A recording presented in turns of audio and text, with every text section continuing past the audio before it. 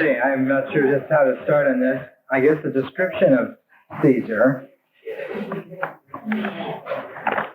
Suetonius records that physically Julius Caesar is said to have been tall, fair, and well-built, with a rather broad face and keen, dark brown eyes. His health was sound, apart from sudden comas and a tendency to nightmares, which troubled him towards the end of his life. He was subject to seizures, semi-epileptic seizures, built around fearfulness rather than the physical incapacity. He twice had these fits while on campaign.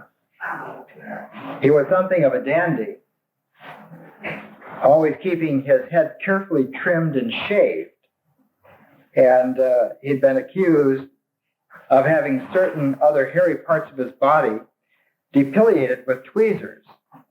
He was very, very balding on top of his head, so he would comb the thin hairs of his head forward over this balding.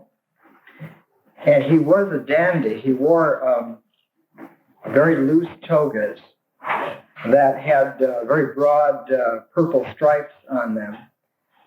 And he employed manicurists to doctor him up, so much so that the common statement in the Roman Senate was that he often looked more like a woman than a man because of all the care he took for his physique and his toilet and so forth. He was once pointed out to by Sulla when Caesar was a very young man and very aggressive and hoping to push his way to greatness. Sulla said, "Look out for this boy with the loose clothes." Sulla, of course, wanted to co-opt Caesar by having him divorce his wife, Cornelia. And when Julius Caesar refused to do this, he was stripped of his first office, which was a minor priesthood, which he held.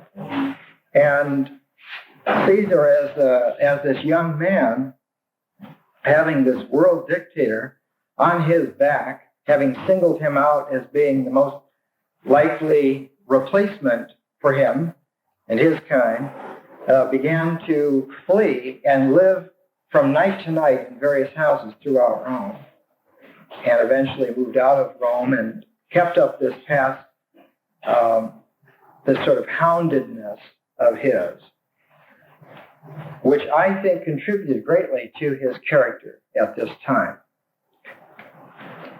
His frightfulness at being the sole exclusive object of a hunt by the emperor of the world produced in him this overreactiveness that the only way in which he could be safe was to be entirely mobile and to not have any kind of permanent underpinning that could be taken from him. And at the same time, to include in his pattern of mobility larger and larger realms of authority and power, the ultimate purpose of which was to take over the world, the Roman Empire. His audacity at this scheming, this quality, singled him out very, very early, so that many times, though he was an eloquent orator, a master of rhetorical speaking, he would be censured in the Senate for deliberately letting his voice rise to a high fever pitch and for using this enormous fine vocabulary of his to literally incite people to riot over issues. And in fact, one time in his career, when he was lending great sums of money just to anyone to try and buy their favor and their power, certain individuals who would be so destitute and so unworthy, he would advise them to start a civil war. He would say, "This is your only hope." This pursuance as a young man by Sulla's secret police. Finally, ended up with him leaving the environs of Rome, and on his sojourn, he was captured by pirates and held for ransom. And the audacity of the young Julius Caesar is exemplified in the stories told about him with the pirates, that they wanted 20 talents, and he said, I'm worth 50. He argued with them every day and gambled with them and threatened every single day that he would catch them and he would crucify them all.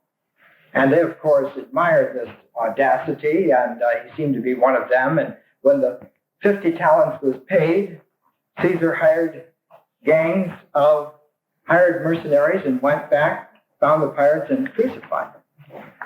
And this, of course, began to circulate as the legendary material around which Caesar's mobility seemed to find its nexus. He never had what we would call a political party behind him. He never had a coalition of invested authority. He always trusted to those that he could buy, those that he could bribe, those whose expectations were based on winning and the winning outcome of various intrigues. His only real excellent relationships were with Cicero and with Pompey the Great. Cicero, of course, we had last week, and you can review the tape on his character if you like. We find an interesting letter, which I read from Caesar to Cicero, and the title on it is From Caesar Imperator to Cicero Imperator, which is telling, because Cicero never held a military post except in 63 BC. He was consul.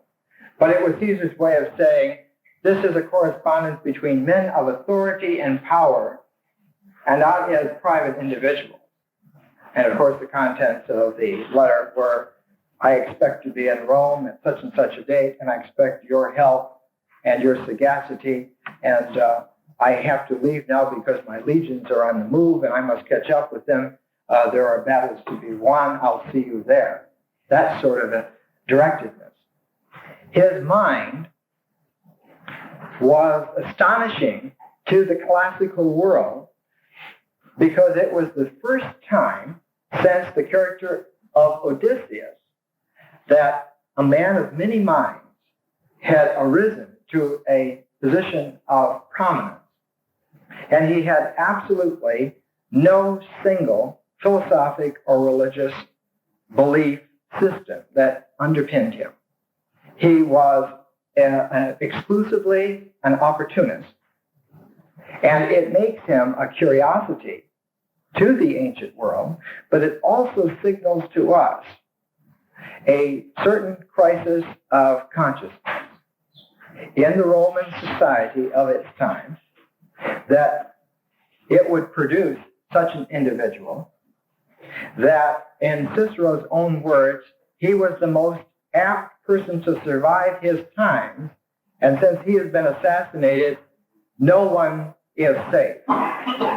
It was this personality that set up the prototype for his immediate successor, Mark Antony, who tried to live Caesar's style of life and even went so far, we'll see, to take his mistress, Cleopatra, to take his notion of a Roman commanding the world through intrigue. But the template of Caesar's character influenced the whole family. And Julius Caesar is the first of what is historically known as the 12 Caesars. And the very next Caesar, Augustus, of course, which we will get to next week, initiated the Roman Empire with the Augustan Principate and accomplished, in fact, what had simply been a scheme in the mind of Julius Caesar. And all of the other Caesars took for granted that through their blood, through what we would call the genes, they had inherited all of these capacities that were present in Julius Caesar and exemplified to a final culmination in Augustus Caesar, and that without even trial, they were masters of the world by this inherited characteristic. The kickoff key to Julius Caesar having this world ambition was that as a young man serving in Spain with his first military command, he happened upon a bust of Alexander the Great in one of these temples in Spain. And it suddenly flashed on him, then and there, that by his age, Alexander had, quote, conquered the world, and he had done nothing. And he burst into tears and ranted at himself for not having accomplished anything. And from that date on, from that event on, he was consumed by this pell-mell ambition to do something every minute of every day. And as long as he was being outrageous and ambitious and poking his Caesarian fingers into every aspect of life, he felt elegant, dignified, and excellent. And whenever there would be an opportunity for him to go to an exponential rate of audacity, he would do it. So that he felt confident in some inner way that his life was charmed. Suetonius records of him, if you remember the conspiracy of Catiline, which Cicero met head-on and nipped in the bud. When the Catilinarian conspiracy came to light, the whole house, with the sole exception of Caesar, then praetor-elect, that is, he was a minor judge on the circuit, the whole house, except for Caesar, demanded the death penalty for Catiline and his associates. Caesar proposed merely that they should be imprisoned, each in a different town, and their estates confiscated. What was more, he so browbeat all of the other senators who had taken a sterner line. You see, he set himself against the entire Senate of Rome, a young judge. He so browbeat those senators who took a sterner line by suggesting that the commons would conceive an enduring hatred for them if they persisted in this view, that Decimus Silanus, as consul-elect, felt obliged to interpret his own proposal, which, however, he could not bring himself to recast in a more liberal sense, begging Caesar not to misread it so savagely. You see, he was pacing the floor of the Senate, and his voice was rising in great shrillness. And Caesar would have gained his point, since many senators, including the consul Cicero's own brother, Quintus Cicero, had been won over to his view by his eloquence and by his exactness of mind, his arguments. But Marcus Cato came in and kept the irresolute Senate in line. Caesar continued to block proceedings until a body of Roman knights, serving as the defense force in the Senate, threatened to kill him unless he stopped his violent shouting. They even unsheathed their swords and made menacing moves against him, so much so, as Suetonius understatingly says, he was sufficiently impressed not only to leave the Senate, but to keep away for the rest of the year. This is the character of the man. Absolutely maddening in his aggressive willingness to throw all on the line at the moment. And in fact, when we review his military career, the spectacular victories that he always managed were based on the notion that there are, in fact, no tomorrows and no reserves. Everything must be brought to bear on this particular occasion and be brought to bear in the most exuberant, daring kind of way possible. So that Caesar's reputation as a strategist was based on the same respect for patterning that his political personality was based on, that he was unpredictable, that his mobility was absolute, and that the only way in which to meet such a masterful, conniving intelligence was head-on in one great confrontation. This, of course, became the rule of thumb in Rome about how to deal with Julius Caesar. Caesar, of course, in sizing up his competition at Rome, decided that Pompey the Great was the only military general who was sharp enough to really afford him difficulty in the field of battle. And that, on the other hand, Cicero was the only reigning intelligence in a position of authority by traditional experience and acts of achievement. So that between Cicero and Pompey, Julius Caesar wanted to keep himself suspended as a friend between the two. And because Cicero was unable to bring himself to join in the portioning out of what was becoming the Roman Empire, the last days of the Republic, Caesar, characteristically enough, chose the richest man in Rome, Crassus, who was like putty in his scheming hands, but whose wealth was proverbial and could be brought into use. Caesar, incidentally, was, in most of his young life, tremendously in debt, not because he spent money on himself, but because he habitually bribed anyone about anything, anytime.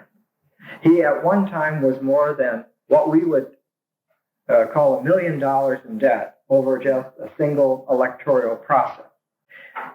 So that in order to bail himself out, he was being consumed by this weight of creditors.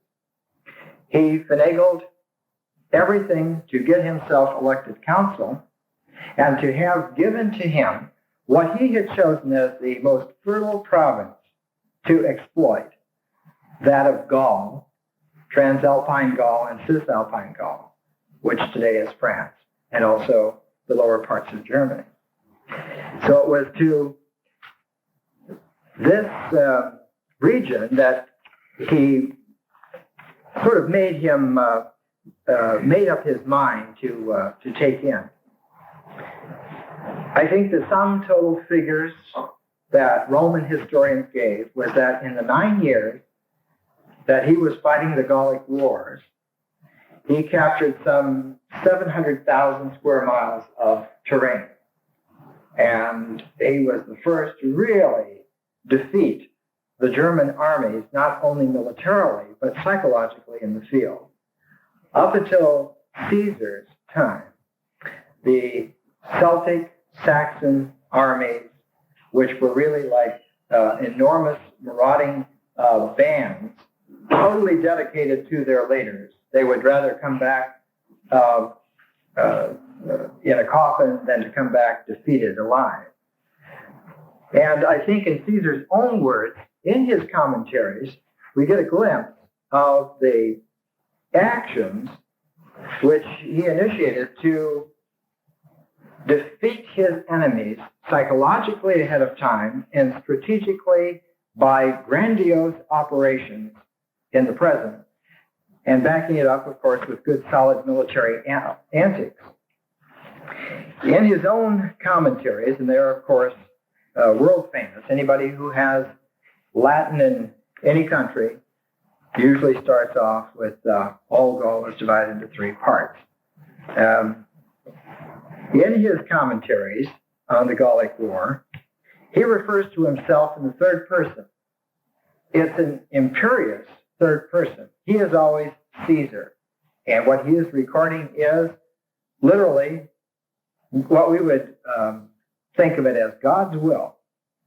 He writes, for instance, Caesar, when informed of these matters, fearing the fickle disposition of the Gauls, who are easily prompted to take up resolutions and much addicted to change, they were French, of course, even then, considered that nothing was to be entrusted to them. For it is the custom of that people to compel travelers to stop, even against their inclination, and inquire whether they have heard or may know respecting any matter. And in towns, the common people throng around merchants and force them to state from what countries they come and what affairs they know there. And so Caesar was having spies everywhere. Being aware of their custom, he says, Caesar being aware of their custom, in order that he might not encounter a more formidable war, set forward to arm his troops earlier in the year than he was accustomed to do. When he had arrived there, he discovered that those things which he had suspected would occur had taken place.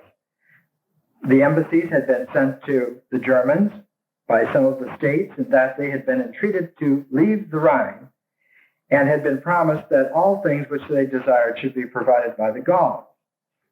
Now, the Rhine River, enormously wide river, had formed a time-out-of-mind barricade of protection for those peoples and those tribes living north of the Rhine.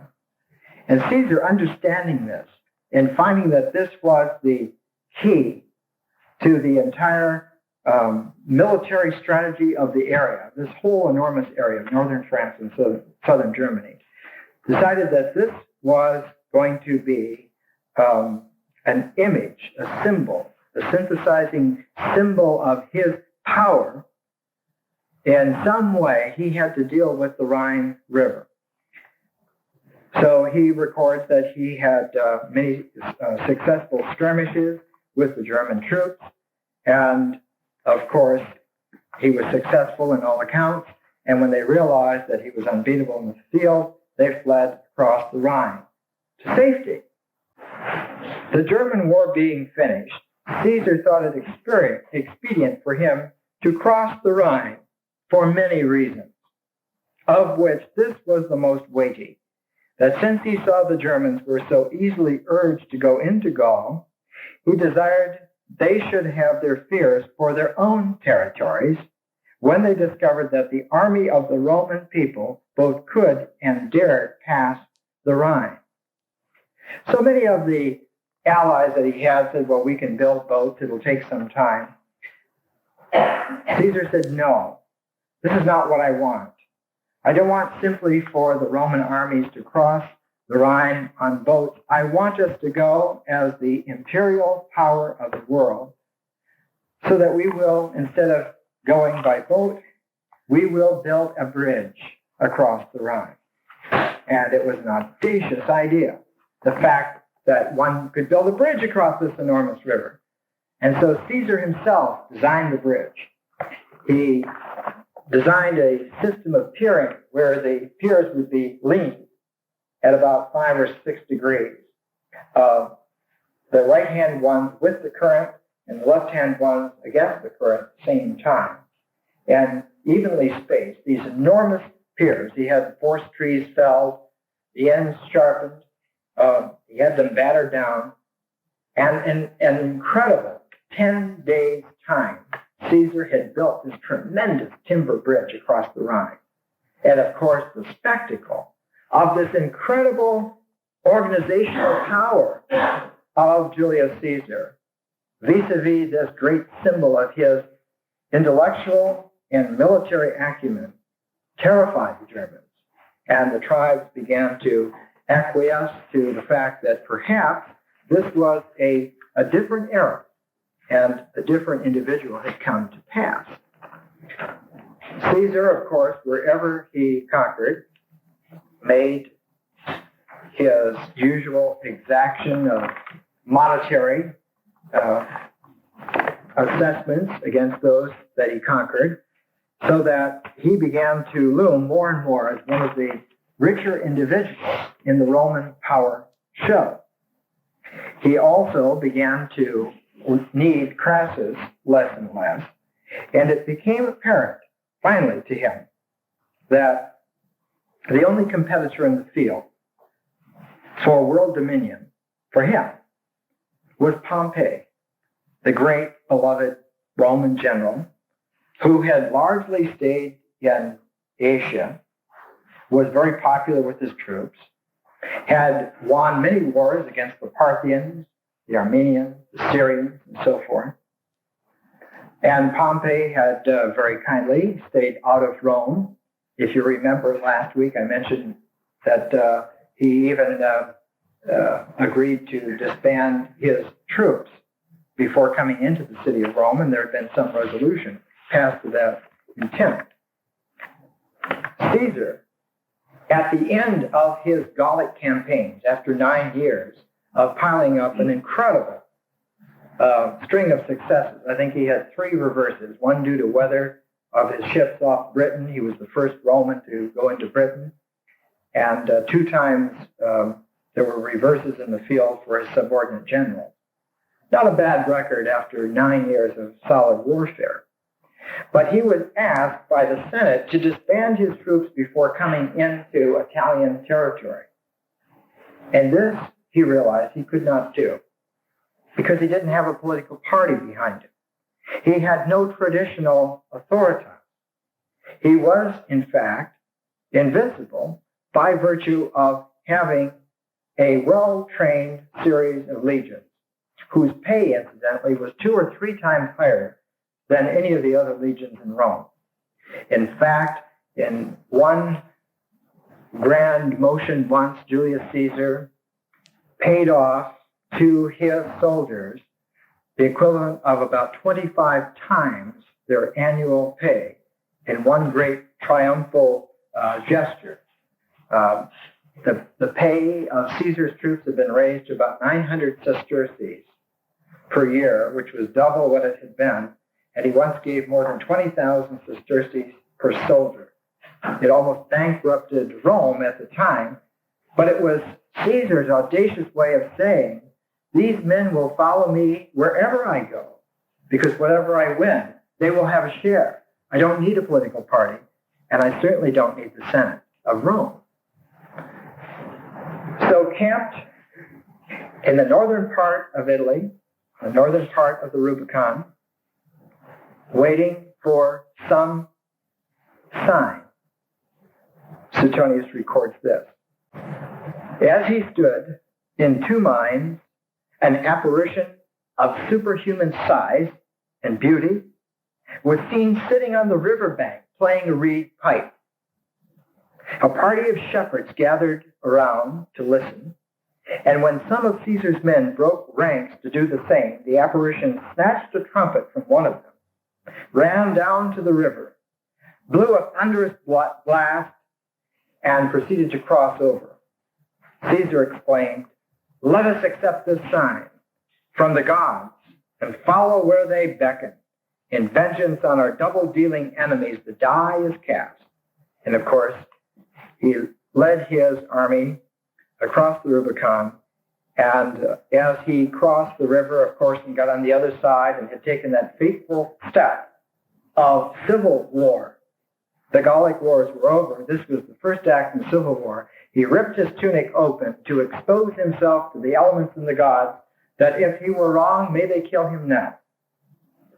And of course, the troops, noting that he stood very proud and bare-chested all day while they crossed over, decided that this was the way to go. To meet Caesar, the Roman people, and the Roman Senate. Remember, SPQR stands for Senatus Populesque Romanus, the Senate and the people of Rome. Both power factions in Rome turned to the only man in the world able to meet Caesar, and that was Pompey.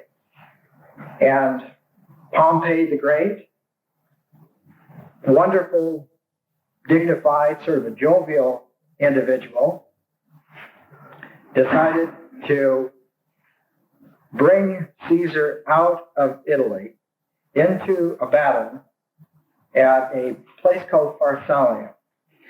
And Caesar, taking up this call, met Pompey on the field of battle, and it was an interesting array. Pompey had decided on using his vast, superior military knowledge of cavalry tactics, which had been refined since the days of Scipio Africanus and Hannibal to almost an exact science. And he noted that his cavalry were so superior to Caesar's that he would use this as the whip on Caesar's right flank to break the tide of the battle. And Caesar, not really having a cavalry, sized the situation up quite accurately and secretly went among his legions. And what was the usual 3 lines of battle? He created a 4th line by taking 1 cohort out of each section of the legions and making a 4th line and setting them the specific exclusive task to turn the cavalry when they would come around to do the flanking. And that the 3rd line, the triarii, were not to move in charge in the battle, but to hold themselves in reserve. Very uncharacteristic of Caesar. And he was going to time the movement of the 3rd line coming into the line of battle with the 4th line driving against the cavalry of Pompey. Pompey, trying to gain some advantage strategically, had his front line not moved, so that Caesar's first 2 lines moved about halfway across the battlefield, not all the way as Pompey had hoped, because they would be somewhat tired and exhausted, and they stopped about halfway, at which moment Pompey began to feel that something was amiss in terms of timing. And by having the javelins thrown then and bringing his lines into contact, began almost too prematurely sending the cavalry out, hoping that by this grand sweep, he would crack the battle right away. And Caesar, of course, noting the timing perfectly, reinforced the battle line with the 3rd line, and the spare cohorts that had been sent their specific task quickly rushed in gathered mass and broke the cavalry charge of Pompey and proceeded to outflank, and very soon Pompey's army was defeated. The Battle of Pharsalia, the first triumvirate, was totally over, and Caesar was totally in command. Pompey, being an old, dignified soldier, retreated to his camp, which had been lavishly prepared for the victory. There were wonderful tables set with gold urns and heaps of food. Pompey sitting down in his tent to recuperate from this devastating defeat, not even yet thinking to scheme for how he would gather his troops again to meet again, suddenly looked up and heard the shouts of Caesar's men in his very camp. Without rest, without any break whatsoever, Caesar had pushed on. And Pompey, literally, physically, had to get up on his own 2 feet and flee his own camp. He made his way across the Thracian part of, Thessalonian part of Greece to Larissa. He took a series of ships to Asia Minor, to Cyprus, and finally headed towards Alexandria, thinking to himself that he would come back to this old bastion and regroup.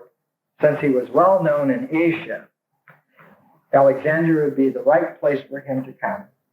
And wasn't Alexandria, after all, indebted to him and filled with the kindnesses that he had shown the royal family? In fact, the 2 children of Ptolemy XIII, Cleopatra VII, our Cleopatra, and her brother Ptolemy XIV, weren't they knowing that Pompey was really the family friend, the dynastic friend, the great Roman who would protect them? Because no telling what would come if Caesar came. So he made for Alexandria. Unbelievable The situation in Alexandria had reached a bifurcation of complete polarization.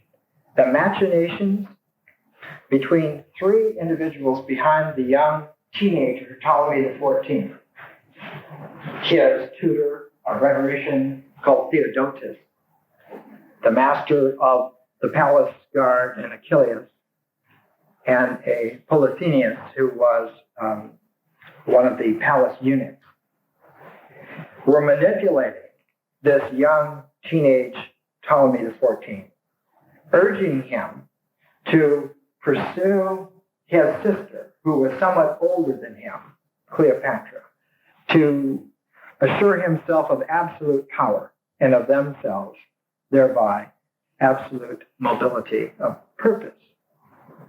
Cleopatra was an extraordinary individual, though. I guess the hallmark of her intelligence was the fact that she alone of all of the Ptolemies learned the ancient language of Egypt.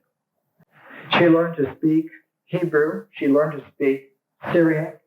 She learned to speak Latin and Greek and about a dozen other languages, so that she was a marvel, as Plutarch says, because her voice was like one of the most miraculous instruments that you could think of. It could speak in almost any language with that cloying, excellent sweetness of a beautiful woman, and that it was a marvel for men to behold this small, elegant, preposterous girl who was able to converse with everybody.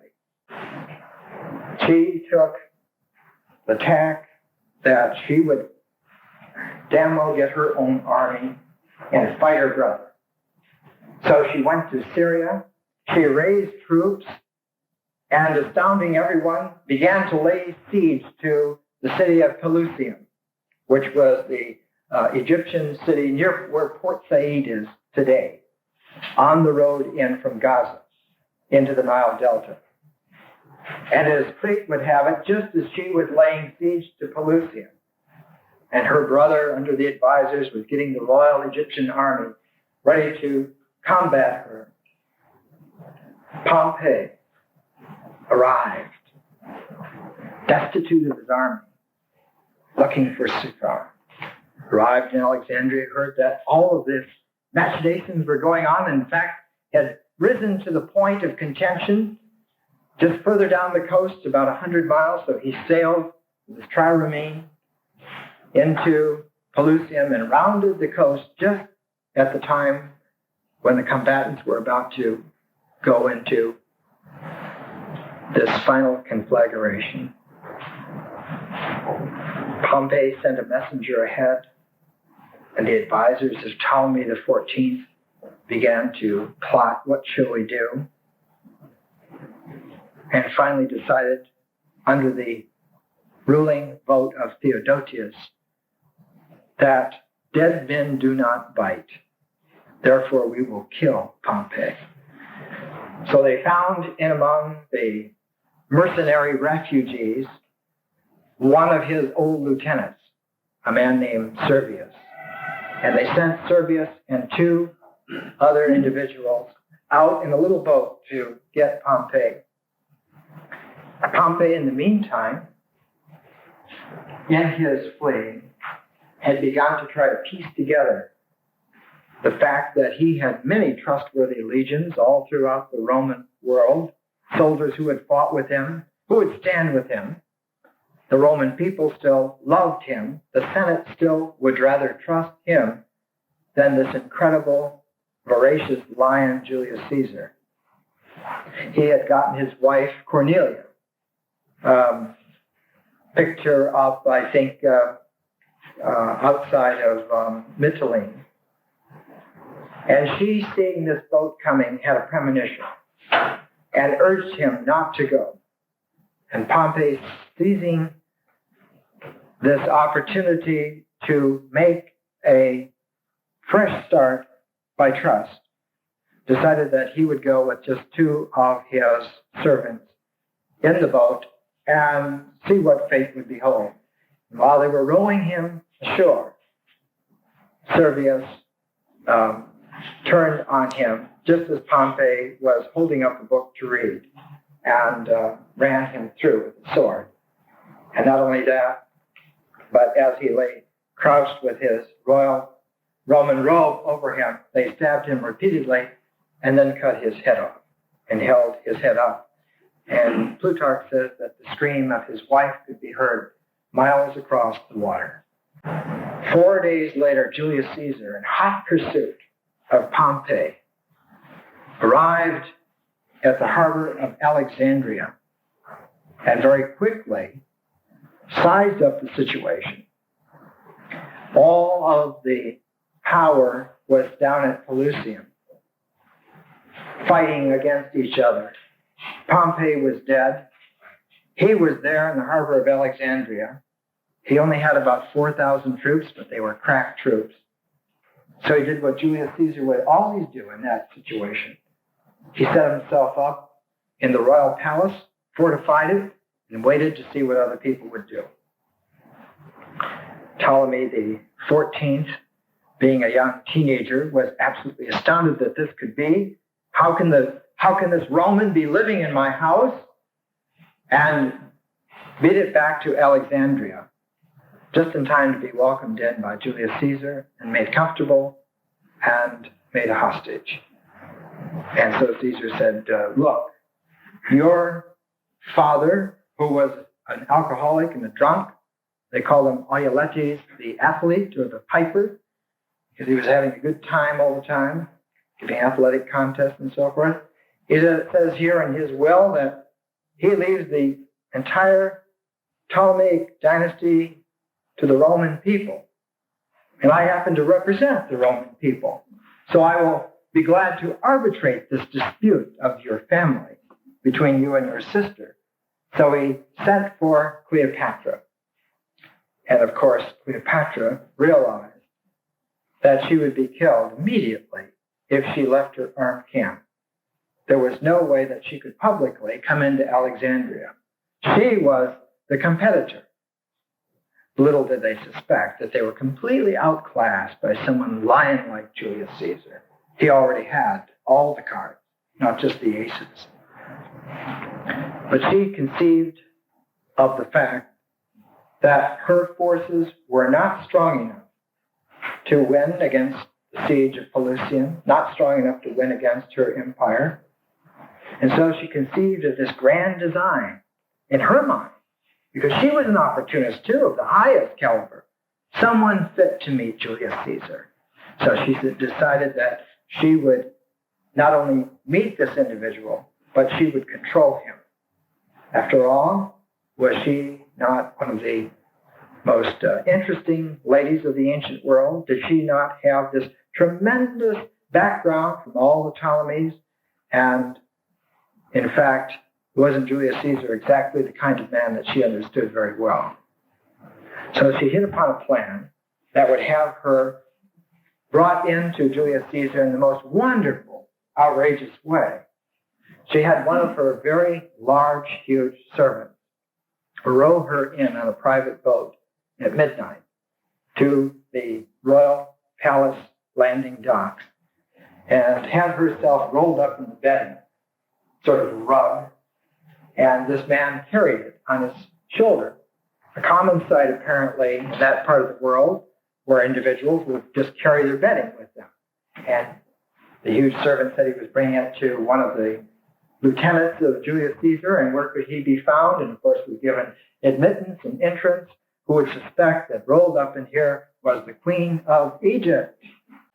And came in and literally shook her out before the general. And Caesar, of course, was absolutely delighted, astounded, and impressed at the way that she made her entrance. All of the classical authorities say that they spent a very long first night discussing the will of her father and various other wills that were circulating in the room at that time. And in the morning, when Ptolemy the 14th was sent for and came in before Caesar in his own palace and his own hereditary throne, who was sitting next to Julius Caesar but his sister. How did she get there? And how, in fact, was she seeming to be toying with the beautiful, thinning locks of Gaius Julius Caesar? He immediately ran out of the room, it is said by ancient authorities, intuiting in a flash that his days were numbered. And they were. Cleopatra VII had taken the tack that she would beat Rome with Romans, that it was the only conceivable way to go in the world that had developed, and no sense in just trying to stay put in Egypt. That wouldn't work. The great Alexandrian Empire was doomed to fall under Roman control, so why not then pull the great coup de grace of taking over the Roman Empire with Romans and then having Alexandrian intelligence control it all? After all, had this not been done before, was not the empire of Alexander the Great and all of its potential passed on to the Ptolemies? And was she not the last great surviving inheritor of this? Her machinations, of course, with Julius Caesar, very, very famous, and she loved the idea of going to Rome and participating in a triumph. And when she was in Rome, it was the unanimous hostility of ancient Roman critics that seemed to characterize her great success. She managed to alienate any observing witness at the time by the fact that she just did not care for any of the old Republican virtues whatsoever. She had trust in Alexandrian cosmetics and a few other wiles of which she was the master. All of this conniving seemed to be on the verge of success when Caesar's assassination put a sudden end to all of this.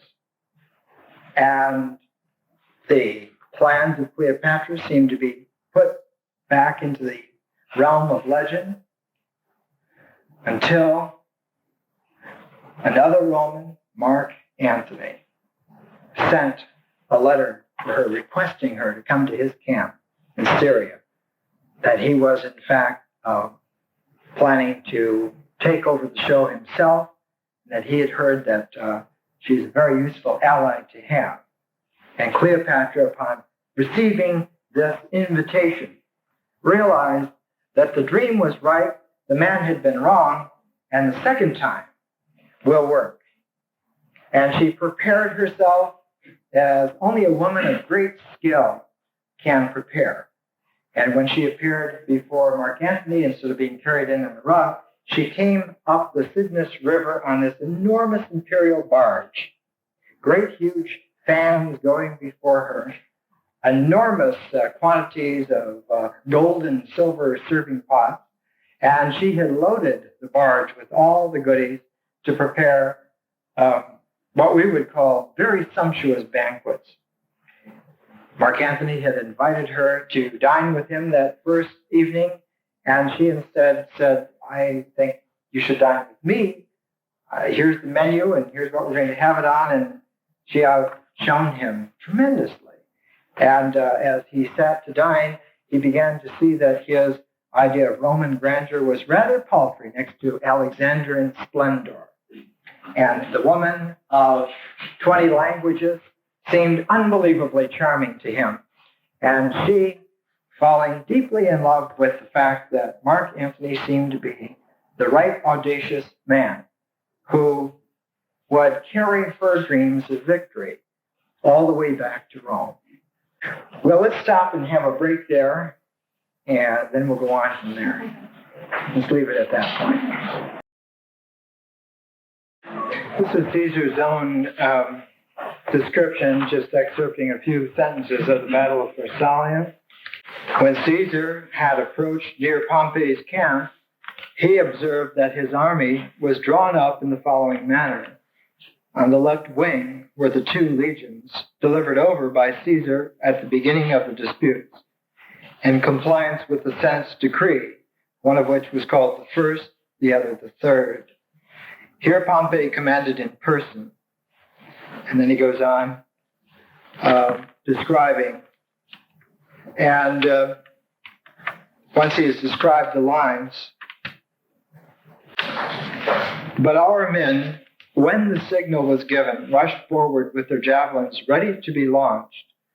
But perceiving that Pompey's men did not run to meet their charge, having acquired experience by custom and being practiced in former battles, they of their own accord repressed their speed and halted almost midway, that they might not come up with the enemy when their strength was exhausted. And after a short respite, they again renewed their course and threw their javelins and instantly drew their swords. These are the double-edged cutting swords introduced in the Second Punic War's time. Our cavalry did not withstand the charge of Pompey's, but gave ground a little, upon which Pompey's horse pressed them more vigorously and began to file off in troops and flank our army. When Caesar perceived this, always in the third person, the regal third person. When Caesar perceived this, he gave the signal to his fourth line, which he had formed of the 6 cohorts. They instantly rushed forward and charged Pompey's horse with such fury that not a man of them stood, but all wheeling about, not only quitted their post, but galloped forward to seek a refuge in the highest mountains. By their retreat, the archers and slingers being left destitute and defenseless, were all cut to pieces. At the same time, Caesar ordered his third line to advance, which till then had not been engaged, but had kept their post. Thus, new and fresh troops having come to the assistance of the fatigued, and others having made an attack on the rear, Pompey's men were not able to maintain their ground, but fled. Nor was Caesar deceived in his opinion that the victory, as he had declared in his speech to his soldiers, must have its beginning from those 6 cohorts which he placed as the fourth line to oppose the horse. So in the wonderful clarity of Caesar's language, we find his excellence of mind, which almost contrasts with the variance of his character.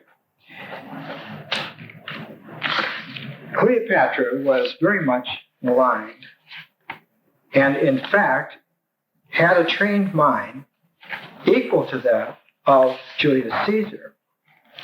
She, for instance, had many of the leading scientific minds of her time as personal friends of hers.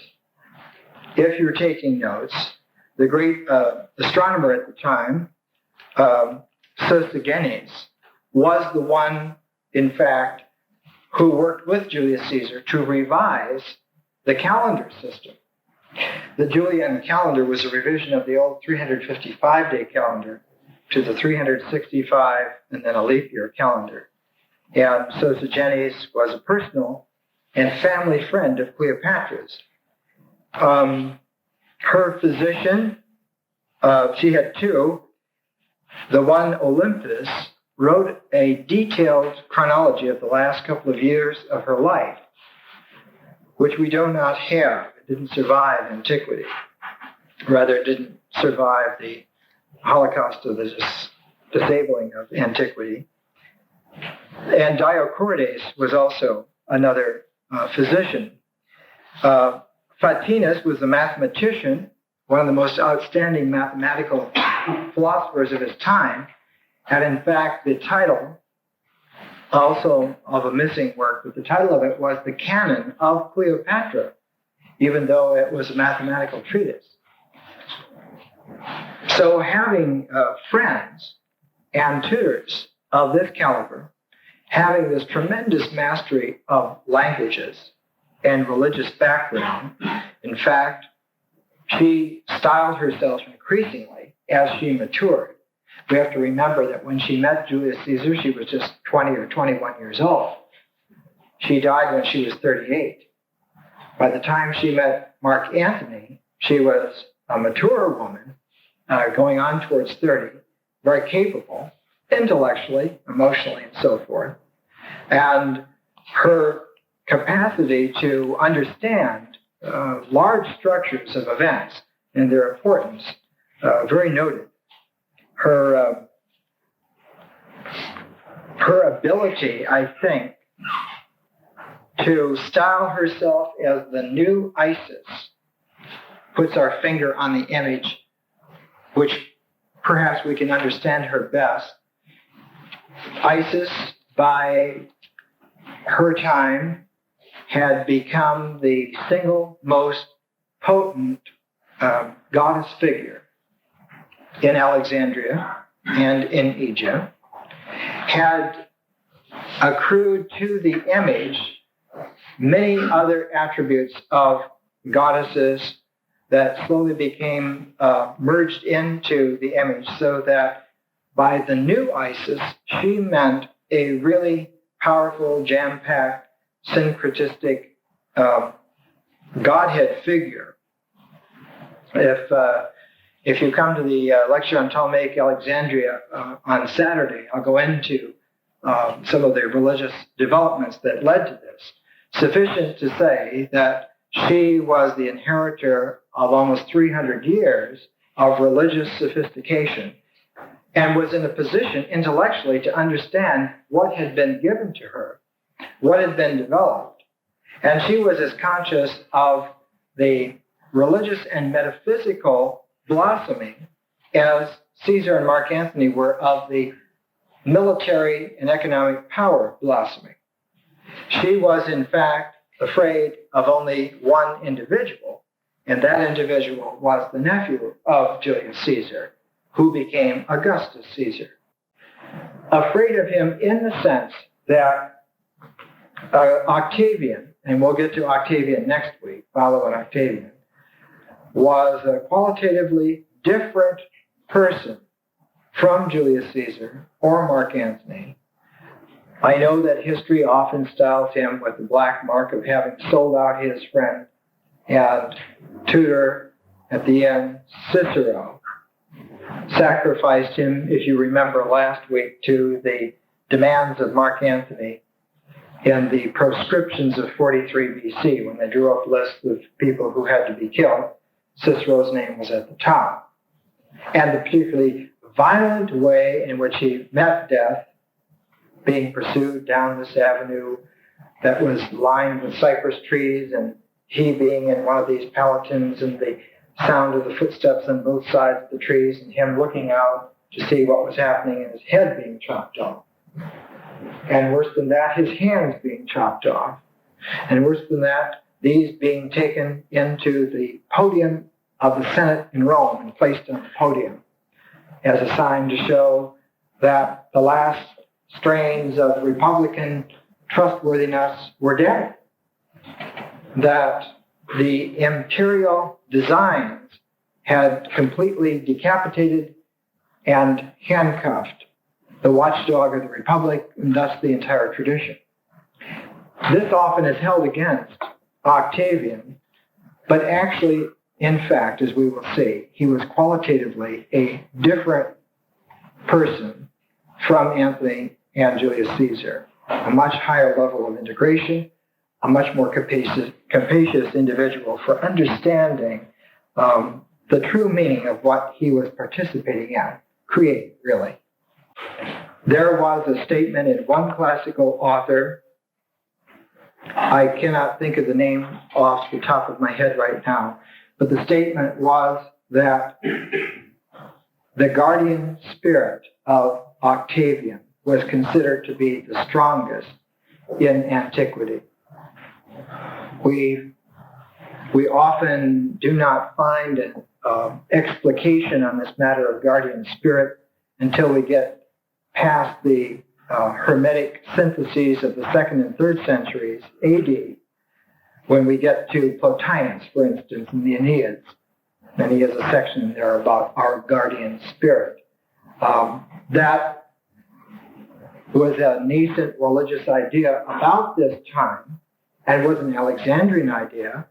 And in fact, if one wants to go into it, I think I did a lecture here earlier this year on the Jewish wisdom literature of Alexandria, and particularly Ben Sira and the book of the Wisdom of Solomon. One of them from 180 BC and the other from 50 BC, taking these great religious, insightful developments where the spiritual capacities of a person were in fact personified or identified as being an integrated astral figure, a guardian spirit. And Octavian's was considered the strongest in antiquity, one that was simply inevitable to achieve world dominion. Cleopatra feared him, but loved Mark Antony, truly loved him, and was willing to participate in all of the outrageous, dashing escapades which the lovable, burly Mark Antony participated in all his life. For instance, when they were living together in Alexandria, there were times that they would disguise themselves as common people and go out, just the two of them alone, and carouse on the streets of Alexandria, disguised, just to have a lark. There were other times when they would have banquets that they would give, and not satisfied with the sumptuousness, invite everyone back the next night and do it all over and even better. Having that kind of a sense of the ultimate grandeur of life. In fact, they made a pact between themselves. Let's see if I can find it in Plutarch here. I'll read you a few sentences about their pact. Yes. The first pact, the Greek word was amimetobion, A-M-I-M-E-T-O-B-I-O-N, amimetobion, which was a pact that their life should be incomparable, that they would do everything they could for each other to make sure that their lives were the most incomparable lives that human beings could live, and that others, friends of theirs, associates of theirs, could enter into this pact and participate in the grandest life conceivable. This was their idea of living. It changed after the vicissitudes of battle began to show. Antony and Cleopatra were together on and off for about 14 years. And towards the end of it, they changed the nature of the pact and the name of the pact. And the second one they called Syna Pothanumenon, S-Y-N-A-P-O-T-H-A-N-U-M-E-N-O-N, Syna Pothanumenon, which, as Plutarch translates, signifying the order and agreement of those that will die together. In other words, the handwriting's on the wall. We are all doomed. We are going to die. We're going to die together.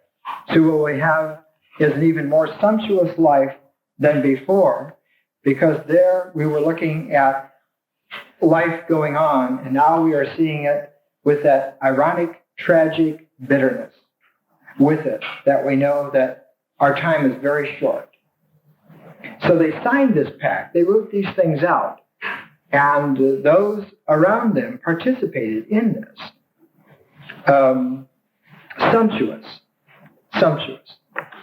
Plutarch goes on to note that while this was happening, characteristic of Cleopatra, while she was feting her man and their friends in the grandest possible way, Cleopatra, in the meantime, was very careful in gathering all sorts of poisons together.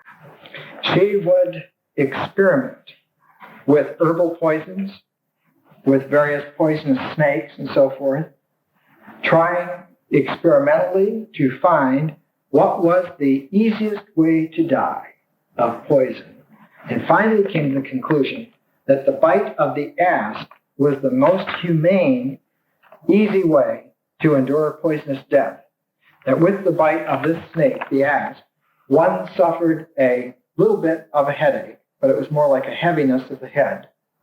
One suffered a sense of gentle growing fatigue and a sleepiness, and then an end very, very quickly.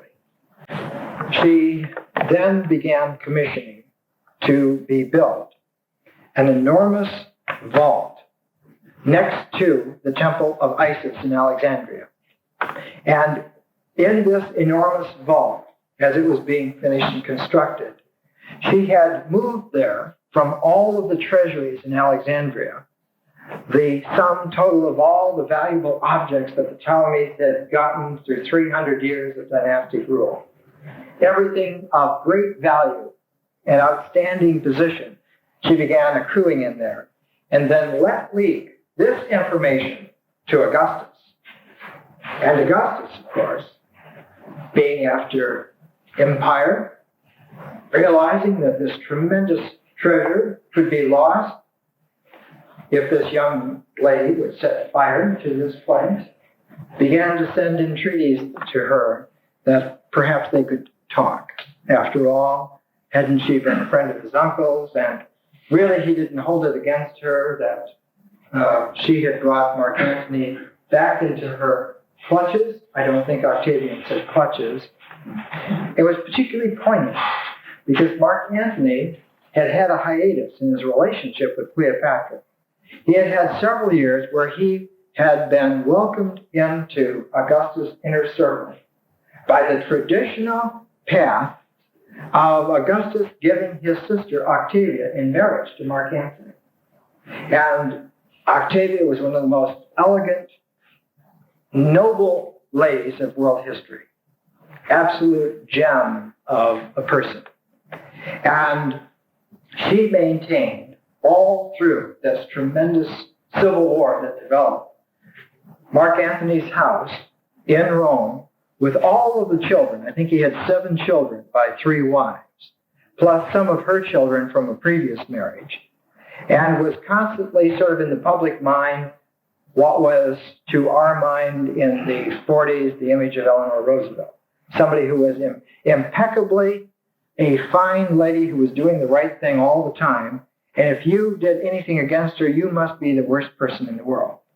And Octavian, of course, kept this as his ace in the hole, that the populace of Rome could instantly be brought to a boiling heat over Mark Antony, to his callous treatment of his wife Octavia and all of their children here in this house. And wasn't her brother justified on those grounds alone to go after him? Mark Antony, of course, realized that he probably could best Octavian in a field of battle. He was a very great general, a very great military mind. And he also had the tremendous resources economically of Egypt behind him. Octavian, on the other hand, after a generation of war, the population of Rome began to be so decimated that after Augustus established the Principate, they had to make a rule whereby men in their 20s and 30s could not leave Rome for several years. The population was very low. And Octavian, in order to raise finances for an army to oppose Mark Antony, had to assess an overall immediate tax on every Roman citizen of 25%, which is almost unbearable. Almost unbearable. On the other hand, Mark Antony had literally the wealth of Asia at his command. He raised an army of some 120,000 men. He had a fleet of over 800 ships. And the confidence that on a field of battle, this young, rather sickly lad who had grown up, but still in all, he was no match for the great Mark Antony. But Antony had this weakness for Cleopatra. He had the weakness of the sense of reinstating, I think, the old idea that had come from the early Ptolemies, And I'll go into it more on Saturday if you're interested, but Ptolemy Soter and his wife, Berenice, had been styled the savior gods, the two of them, the pair. And their next generation, Philadelphus and his second wife, sister Arsinoe, the second, had been styled the brother gods, the Theoi Adelphoi. And his son, Euergetes, and his wife had been styled the good-doing gods. So that there was a tradition all through the Ptolemaic dynasties that the man and the woman together formed a universal being whose right to rule and whose efficacy at ruling was held in this, not so much a polarity, but a complementarity between the two of them on the divine level. And really, this was exactly the kind of metaphysical thinking that would be very realistic to the new Isis. And of course, her devotion to Mark Antony was legitimate because she saw him as her consort, her universal other half, which gave her the right in her time to manifest the old Ptolemaic power, the right to empire because we exemplify the will of the god.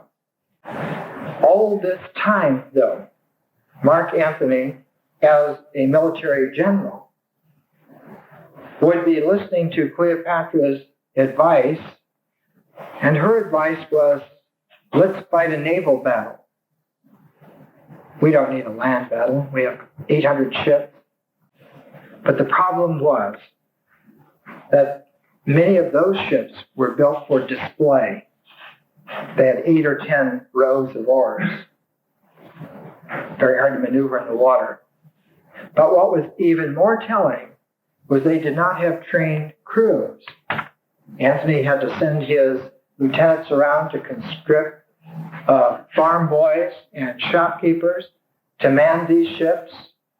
And if you've ever tried to row, you know that after an hour or so, if you're not experienced, you're done. Octavian had only 300 ships, but they were all manned by experienced watermen, as they called them. And when he put to sea, he surprised Antony by a sudden move at a place called Actium. And Antony tried to decoy Augustus by having his ships all lined up as if they're about to sail out on Mars. And it stopped Augustus for a day or so. But very quickly after that, the battle was taken on. Antony tried to take his land troops and put them onto the decks of the ships because he had so many of them. But it just decimated the army. And they, being unused to being on board, and Octavian pressing his advantage. And he was beaten. And Augustus followed them to Egypt. And he landed first at Pelusium, and then began marching his army across Egypt, across the Delta. And all this while, Antony and Cleopatra were trying to figure some way to make it through. Antony had even built this tremendous mole, or this pier, out into the harbor of Alexandria, and built a little hut on the end of this peninsula, and called it the Timoleum. There'd been this cynic in Athens called Timon. Shakespeare did a play, Timon of Athens, this cynic who did not want to be around any kind of man. He thought that man was the worst beast in the world. And so he lived a life of hermit loneliness and cynic bitterness. So Mark Antony built this Timoleum, this building of Timon, for him to live in. I think he was there for a few weeks, and finally Cleopatra brought him back into the palace. And Antony, meantime, finding himself more and more liable to rages because he had let slip through his fingers that which he so well could have done, could have won, and did not. And in these rages, more and more, Cleopatra finally sealed herself and 2 serving women into this tremendous vault with the treasure. And Mark Antony, thinking that she had killed herself, thinking that this was the old Egyptian tomb, final parting, went into his quarters with a faithful servant named Eros, who had been trained for years and years by Antony, that when he gave him the signal that he should take Antony's life. But the faithful servant Eros instead turned the sword on himself and killed himself in front of the master and fell to his feet. Plutarch says Antony cried out, "Eros, you have shown me the better Roman way to go," and took his own sword, but rather ineptly ran himself through. And lying on his couch, beginning to drip and ooze with his life essence, word came that Cleopatra was in fact still alive.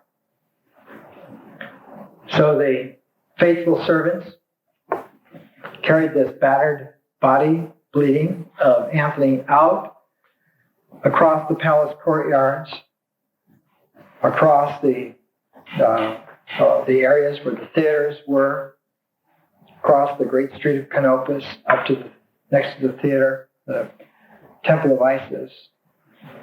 And Cleopatra and two of her serving ladies lowered some ropes and things from an aperture up above, and with great travail raised this bleeding body of Mark Antony up the wall and in the air. And ancient historians say it must have been the most tragic sight of all to see this incredible weeping queen of Egypt lifting her dying prince consort up to their final resting place. But she did not, in fact, die there.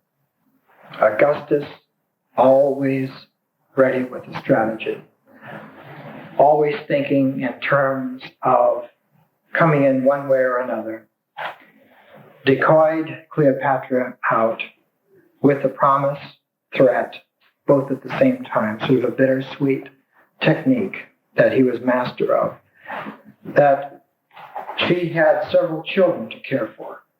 In fact, she had children by his uncle Julius Caesar, particularly one Caesarion, for whom this vast temple on the waterway of Alexandria had been built, Caesarion. And Augustus assured her that if she wanted Caesarion to have his portion of his heritage, she'd better remain alive to see that it was done.